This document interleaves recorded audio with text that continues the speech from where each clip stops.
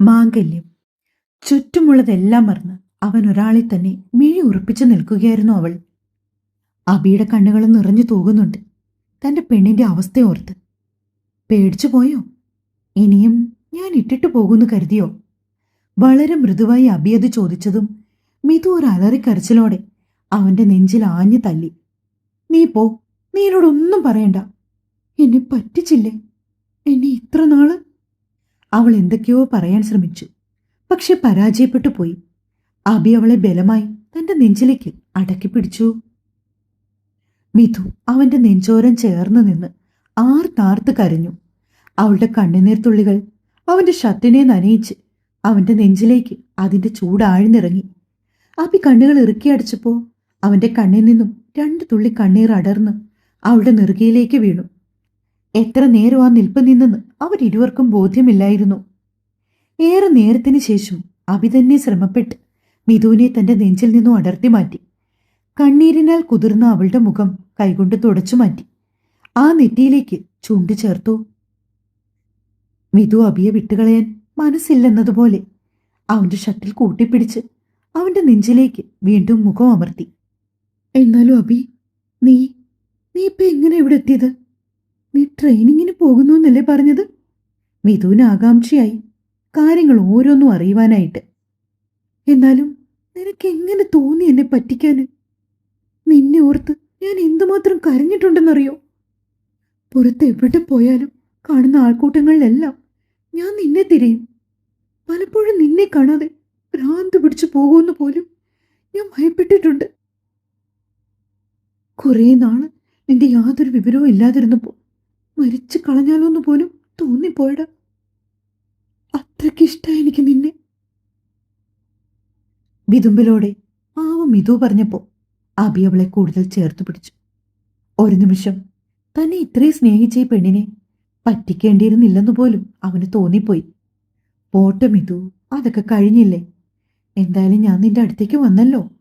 അവൻ അവളുടെ പുറത്തു തട്ടി ആശ്വസിപ്പിച്ചു. എന്നാലും ഇത്രയും വർഷം എന്നെ ഇങ്ങനെ പറ്റിക്കാൻ നിനക്ക് മനസ്സ് വന്നു അബി? സത്യം പറഞ്ഞു കഴിഞ്ഞാൽ നീ വിചാരിക്കുന്ന പോലെ ഒന്നുമല്ല കാര്യങ്ങൾ. ഇതിന്റെ പിന്നിൽ ഞാൻ മാത്രമാണെന്നാണോ നീ കരുതിയിരിക്കുന്നത്? അബി ചോദിച്ചതും മിഥു കണ്ണു തുടച്ചുകൊണ്ട് അവന്റെ മുഖത്തേക്ക് ഉറ്റുനോക്കി. പിന്നെ പിന്നെ ജാൻവിക്കറിയായിരുന്നു സത്യങ്ങളൊക്കെ. മിഥുവിന്റെ മുഖത്ത് അവിശ്വസനീയത പടർന്നു. ഏയ്, അവൾക്കൊന്നും അറിയില്ല.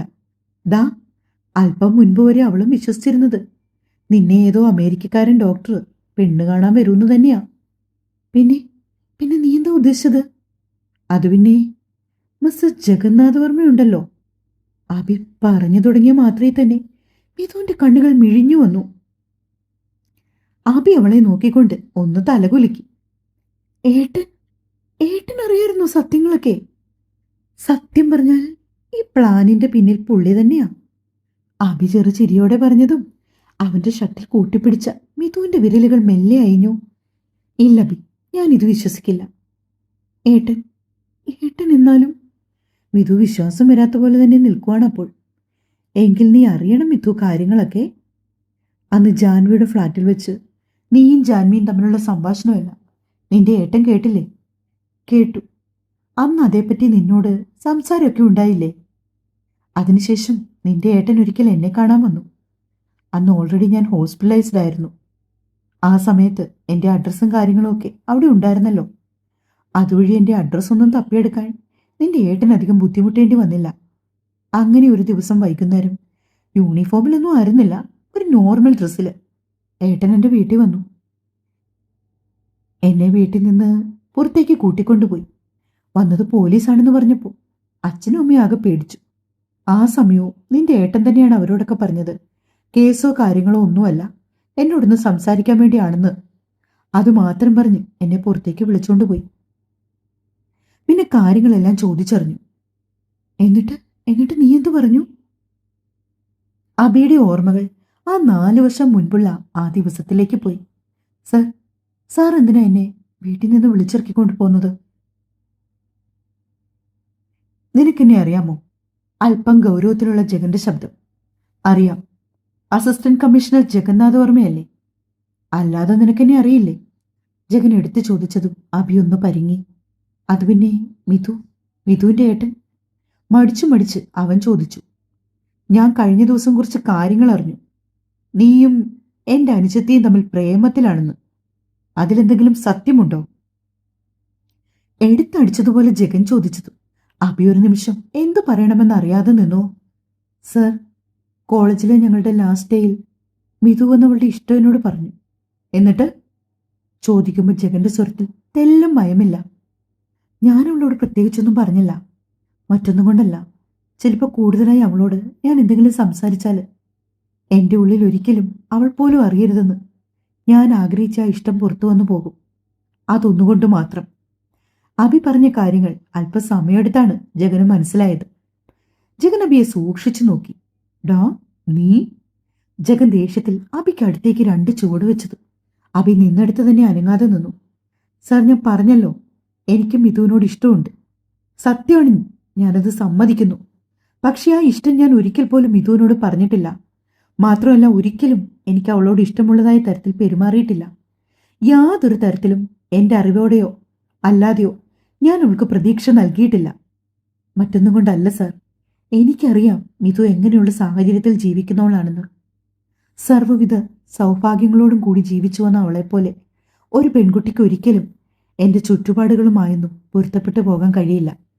പിന്നെ ഇപ്പോഴത്തെ എൻ്റെ സാഹചര്യം, എൻ്റെ കഷ്ടപ്പാടുകൾക്കിടയിലേക്ക് അവളെ കൂടി വലിച്ചഴിക്കാൻ കഴിയില്ല. മനസ്സ് കല്ലാക്കി അഭിയത് പറയുമ്പോൾ അവൻ ഒളിപ്പിച്ചു വെക്കാൻ ശ്രമിച്ച സങ്കടങ്ങളെല്ലാം ജഗൻ അവൻ്റെ കണ്ണിൽ തെളിഞ്ഞു കാണാമായിരുന്നു. പിന്നീട് അഭിയുടെ നാവിൽ നിന്നും വീണ് കേട്ട ഓരോ വാക്കുകളും മിഥുവിനെ തെല്ല അമ്പരപ്പിക്കുന്ന തരത്തിലായിരുന്നു. മുൻപോട്ട് അഭിക്ക് വേണ്ടുന്ന സഹായങ്ങളെല്ലാം ചെയ്തു കൊടുത്തത് ജഗനായിരുന്നുവെന്ന്.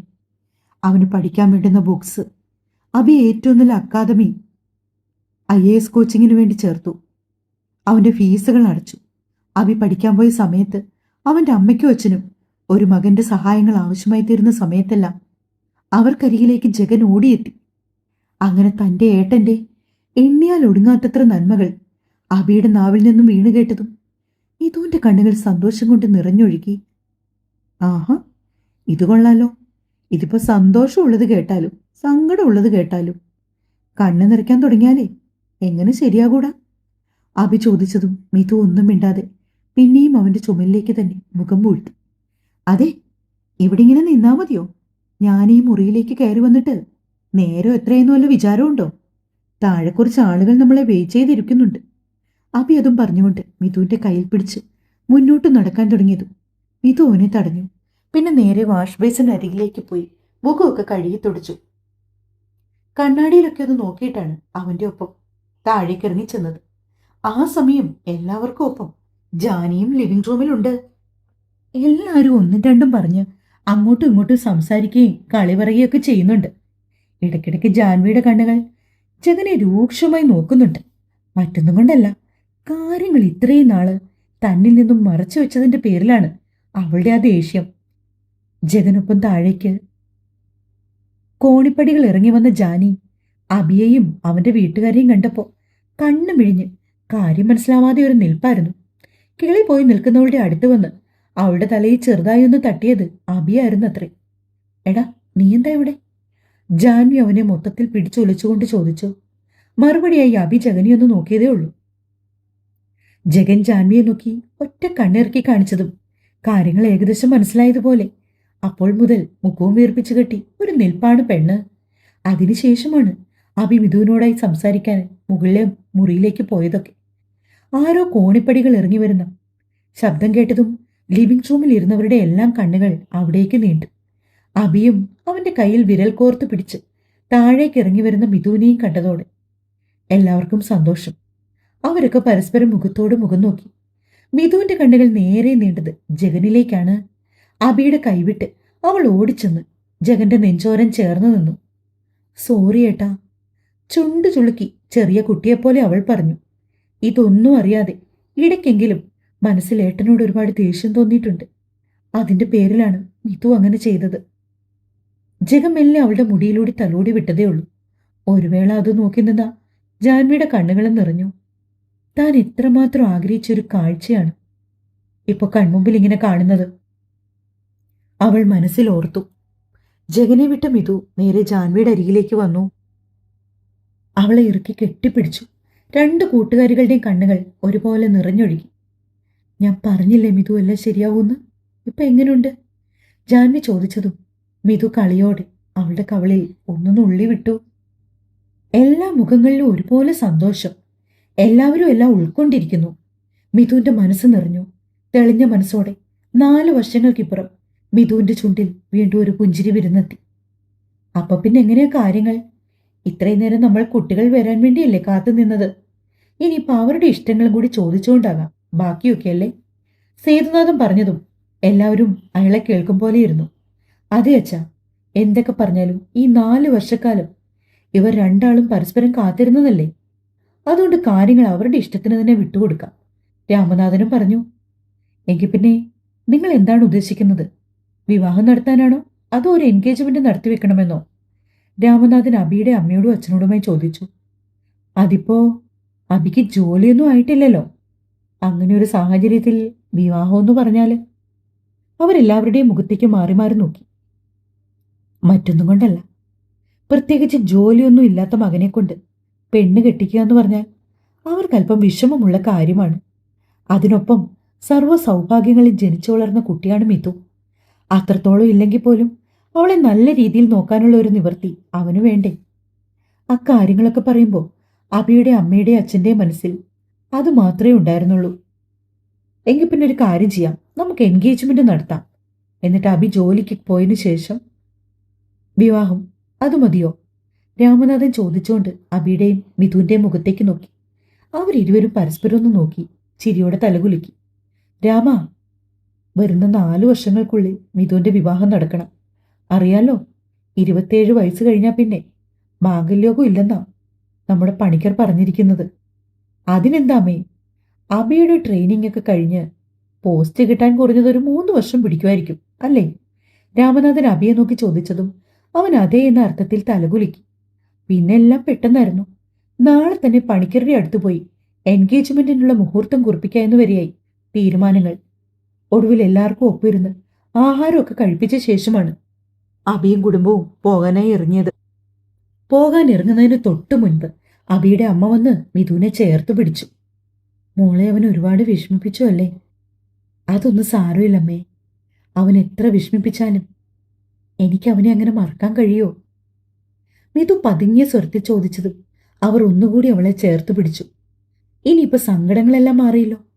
മോള് സന്തോഷമായിട്ടിരിക്കണോട്ടോ. എല്ലാവരോടും യാത്ര പറഞ്ഞുകൊണ്ട് അവരിറങ്ങി. ആ കാറ് കണ്ണിൽ നിന്ന് അകന്നതും മെല്ലെ മെല്ലെ മാണിക്യമംഗലത്തുള്ള ഓരോരോ അംഗങ്ങളായി അകത്തേക്ക് കയറി. ജഗനും ജാൻവിയും മിഥുവും ഇപ്പോഴും ആ ഉമ്മറപ്പടിയിൽ തന്നെയാണ് നിൽക്കുന്നത്. 3 പേർക്കും പരസ്പരം മുഖത്തോട് മുഖം നോക്കാൻ ഒരു വല്ലായ്മ തോന്നുന്നുണ്ട്. ജാൻവിയുടെ മുഖത്ത് ജഗനോടുള്ള ദേഷ്യമാണെങ്കിൽ ജഗന്റെ മുഖത്തൊരു കുറുമ്പാണ്. മിഥുനാണെങ്കിലോ ഏട്ടനോടുള്ള അടങ്ങാത്ത സ്നേഹവും. ഒപ്പം ഇത്രയും നാള് തന്നെ പറ്റിച്ചല്ലോ എന്നുള്ള ഒരു കുഞ്ഞി പരിഭവവും. ജാൻവി അവരിരുവരെയൊന്ന് നോക്കിക്കൊണ്ട് പിന്നെ ഒന്നും മിണ്ടാതെ ദേഷ്യത്തിൽ അകത്തേക്ക് നടന്നു. പെണ്ണിനിപ്പോഴും പരിഭവമാണ് ജഗൻ കാര്യങ്ങളൊന്നും പറയാത്തതിന്റെ പേരിൽ. അയ്യോ, അതെന്തു പറ്റിയേട്ടാ ജാനിക്ക്? ഏയ്, ഇക്കാര്യങ്ങളൊന്നും ഞാൻ അവളോട് പറഞ്ഞില്ലല്ലോ. അതിന്റെ ഒരു ചെറിയ ദേഷ്യം. നീ അതൊന്നും അത്ര കാര്യാക്കണ്ട. ഞാനൊന്ന് മുകളിലേക്ക് ചെല്ലട്ടെ, അവളെ ഒന്ന് സമാധാനിപ്പിക്കട്ടെ. പറഞ്ഞുകൊണ്ട് ജഗനും അവൾക്ക് പിന്നാലെ മുറിയിലേക്ക് ചെന്നു. ഋതുക്കുട്ടൻ ആ സമയം അച്ചമ്മയ്ക്കൊപ്പം താഴെ ഹാളിൽ എവിടെയോ ആണ്. അവനാണെങ്കിൽ ഗസ്റ്റ് വന്നതുപോലും അറിഞ്ഞില്ല. നല്ല ഉറക്കമായിരുന്നു. അവന് ചെറിയ പനിയും ജലദോഷവുമുണ്ട്. അതുകൊണ്ട് മെഡിസിൻ എടുത്ത ശേഷം ആൾ ഉറങ്ങിപ്പോയതാണ്. അബി കൊണ്ടുവന്ന ടോയി ജഗൻ റൂമിൽ വെച്ചിട്ടുണ്ട്. കുഞ്ഞിനെ ഉണർത്താമെന്ന് ജാനി പറഞ്ഞെങ്കിലും അബി സമ്മതിച്ചില്ല. അടുത്ത ദിവസം വരാം, അപ്പൊ കാണാമെന്ന് അവൻ പറഞ്ഞു. കുഞ്ഞിന് വയ്യാതായിരിക്കുന്നത് കൊണ്ടാണ് അങ്ങനെ പറഞ്ഞത്. ഈ സമയത്ത് ജാൻവി ദേഷ്യത്തോടെ മുറിയിലേക്ക് കയറിപ്പോയി. വാതിലടച്ചു. പിന്നാലെ ജഗനും അകത്തേക്ക് കയറി വാതിലടച്ച് ലോക്ക് ചെയ്തു. ജാനി നേരെ ചെന്ന് കിടക്കയിലേക്ക് വീണു. ജാനി, എനിക്കല്പം സംസാരിക്കാനുണ്ട്. ജഗൻ പറഞ്ഞതും ജാൻവി മുഖം വെട്ടിത്തിരിച്ചു. എനിക്കൊന്നും കേൾക്കാനില്ല. ഇത്രയും നാൾ പറയാത്ത ഒരു കാര്യവും ഇനി എന്നോട് പറയാനും നിൽക്കണ്ട. ഹാ, താൻ പിണങ്ങാതടോ. ഞാൻ ഈ കാര്യങ്ങൾ തന്നോട് നേരത്തെ കൂട്ടി പറഞ്ഞിരുന്നെങ്കിലോ? താനത് എപ്പോഴേ ചെന്നും മിഥുവിനോട് പറഞ്ഞ് ഈ സർപ്രൈസ് ഒക്കെ പൊളിച്ചേനെ. എന്നാൽ ഞാൻ വിചാരിച്ചു വച്ചിരുന്നത് നമ്മൾ ഭാര്യയും ഭർത്താവും ആയിരിക്കുമ്പോൾ നമുക്കിടയിൽ രഹസ്യങ്ങളൊന്നും ഉണ്ടാവില്ലായിരിക്കുമെന്നാണ്. എടോ, അതൊക്കെ ശരി തന്നെയാ. പക്ഷെ ഇത് അങ്ങനത്തെ ഒരു രഹസ്യമാണോ? ഇതൊരു നല്ല കാര്യത്തിന് വേണ്ടിയുള്ളതല്ലേ? എന്നാൽ പോലും ജഗൻ എന്നെ ചീറ്റ് ചെയ്തില്ലല്ലേ? ജാൻവി എടുത്തടിച്ചതുപോലെ പറഞ്ഞതും ജഗൻ അബദ്ധം പിണഞ്ഞതുപോലെ തലയ്ക്ക് കൈകൊടുത്തിരുന്നു. എന്റെ പൊന്നടോ, ഞാൻ തന്നെ ചീറ്റ് ചെയ്തിട്ടൊന്നുമില്ല. താൻ ഇങ്ങനെ വലിയ വലിയ കാര്യങ്ങളിലേക്കൊന്നും കടന്നു കയറി പോകരുതേ. ആദ്യം ഞാൻ പറയുന്നത് ക്ഷമയോടെ ഒന്ന് കേൾക്ക്. ശേഷം ജഗൻ അബിയുമായി അന്ന് അവന്റെ വീട്ടിൽ വെച്ചുണ്ടായ സംസാരവും പിന്നീട് തന്റെയും അബിയുടെ ഇടയിൽ നടന്ന ഓരോ കാര്യങ്ങളും ജാൻവിയോട് ഇന്നലെ നടന്നതുപോലെ എടുത്തെടുത്ത് പറഞ്ഞു. കുറച്ചൊക്കെ കേട്ട് കഴിഞ്ഞപ്പോൾ ജാൻവി ഒന്ന് തണുത്തു. ഇനി പറ, ഞാൻ ചെയ്തത് തെറ്റായിപ്പോയോ? ജഗൻ ചോദിച്ചതും ജാൻവി മുഖം ഒന്ന് താഴ്ത്തി. തെറ്റായൊന്നുമില്ല. എന്നാലും ജഗൻ എന്നോട് പറയേണ്ടതായിരുന്നു. പിന്നെയും ജാൻവി അതുതന്നെ പറഞ്ഞു. എടോ, ക്ഷമിക്കൂ. ആ സമയത്ത് എനിക്കത് തന്നോട് പറയാൻ പറ്റിയില്ല. പല പ്രാവശ്യം ഞാൻ തന്നോട് പറയണമെന്ന് ഓർത്തു. മനസ്സുകൊണ്ട് ആലോചിക്കുകയും ചെയ്തു. പിന്നെ ഞാൻ ഓർത്തു, താനും അബിയും ഇതുവും എന്തൊക്കെ പറഞ്ഞാലും ബെസ്റ്റ് ഫ്രണ്ട്സാണ്. ഏതെങ്കിലും ഒരു നിമിഷത്തിൽ തന്റെ നാവിൽ നിന്ന് വീണു പോകും. സത്യം പറഞ്ഞാൽ റിസ്ക് എടുക്കാൻ വയ്യാത്തതുകൊണ്ടാണ് ഞാൻ പറയാതിരുന്നത്. പിന്നൊരു കാര്യമുണ്ട്. അബിയും പറഞ്ഞിരുന്നു 4 വർഷങ്ങൾക്ക് ശേഷം മിഥുനൊരു സർപ്രൈസ് ആയിട്ട് ഇത് പറഞ്ഞാൽ മതിയെന്ന്. അബി പറഞ്ഞെന്ന് കേട്ടപ്പോൾ ജാൻവി അല്പം കൂടി ഒന്ന് തണുത്തു. ജഗനെ ഒന്ന് നോക്കിക്കൊണ്ടവൾ തിരിഞ്ഞു കിടന്നു. അതെ, പിണക്കമാണോ തനിക്ക് എന്നോട്? എനിക്കാരോടും പിണക്കമില്ല. ജാൻവി അത് പറഞ്ഞതും ജഗൻ അവളോട് ചേർന്ന് കിടന്നു. അവളുടെ ഉടലിനെ കൈകൊണ്ട് ചുറ്റി വലിഞ്ഞു മുറുക്കി. എന്നിട്ട് തന്റെ സംസാരം കേട്ടാൽ പിണക്കമുള്ളതുപോലെ ആണല്ലോ തോന്നുന്നത്. പിണക്കം ഞാൻ മാറ്റിത്തരട്ടെ?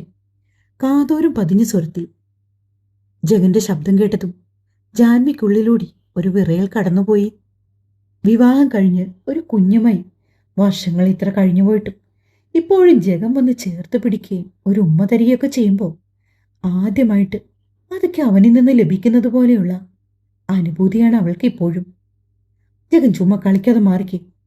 എന്താടോ, തന്റെ പിണക്കം മാറ്റാന്നല്ലേ ഞാൻ പറഞ്ഞുള്ളൂ.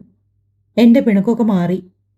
ജാൻവി കുറുമ്പോടെ പറഞ്ഞുകൊണ്ട് എഴുന്നേക്കാൻ തുടങ്ങിയതു ജഗൻ അവളെ വലിച്ച് ബെഡിലേക്ക് ഇട്ടുകൊണ്ട് അവളുടെ മുകളിലേക്ക് കിടന്നു. എങ്കിൽ പിന്നെ പിണക്കം മാറ്റിയിട്ടേ ഉള്ളൂ.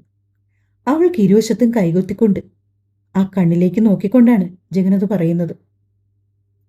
ഒരു വേള ജാൻവി കണ്ണുകൾ ഇറുക്കിയടിച്ച് അവന്റെ ആ നോട്ടം നേരിടാനാകാത്തതുപോലെ കിടന്നു.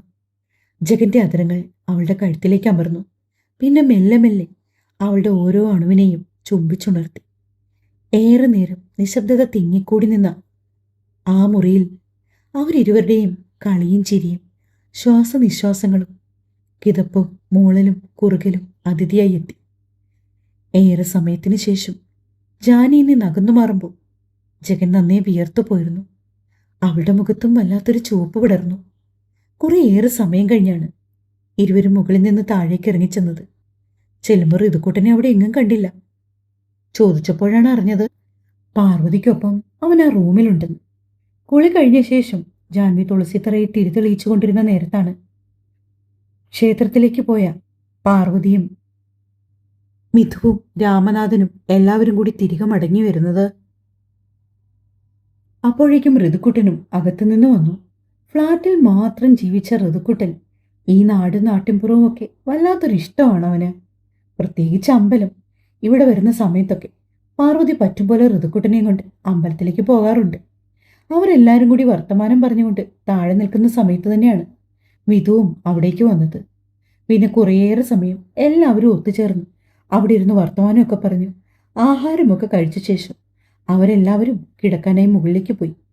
പിറ്റേന്ന് രാവിലെ തന്നെ സേതുനാഥനും രാമനാഥനും പാർവതിയും പത്മജിയും കൂടി പണിക്കരെ പോയി കണ്ടു. പരസ്പരം പ്രണയിച്ച് വിവാഹം കഴിക്കാൻ പോകുന്നവരുടെ ജാതകം നോക്കാൻ പാടില്ലെന്നാണെങ്കിൽ കൂടി അബിയുടെയും മിഥുവിന്റെയും ജാതകം അവർ ഒന്ന് നോക്കിച്ചു. തുടരും. ഇഷ്ടാവുന്നുണ്ടോ? തീർക്കാട്ടോ. ആ പിള്ളേരെയും കൂടി ഒരു കരയ്ക്ക് എത്തിക്കാം.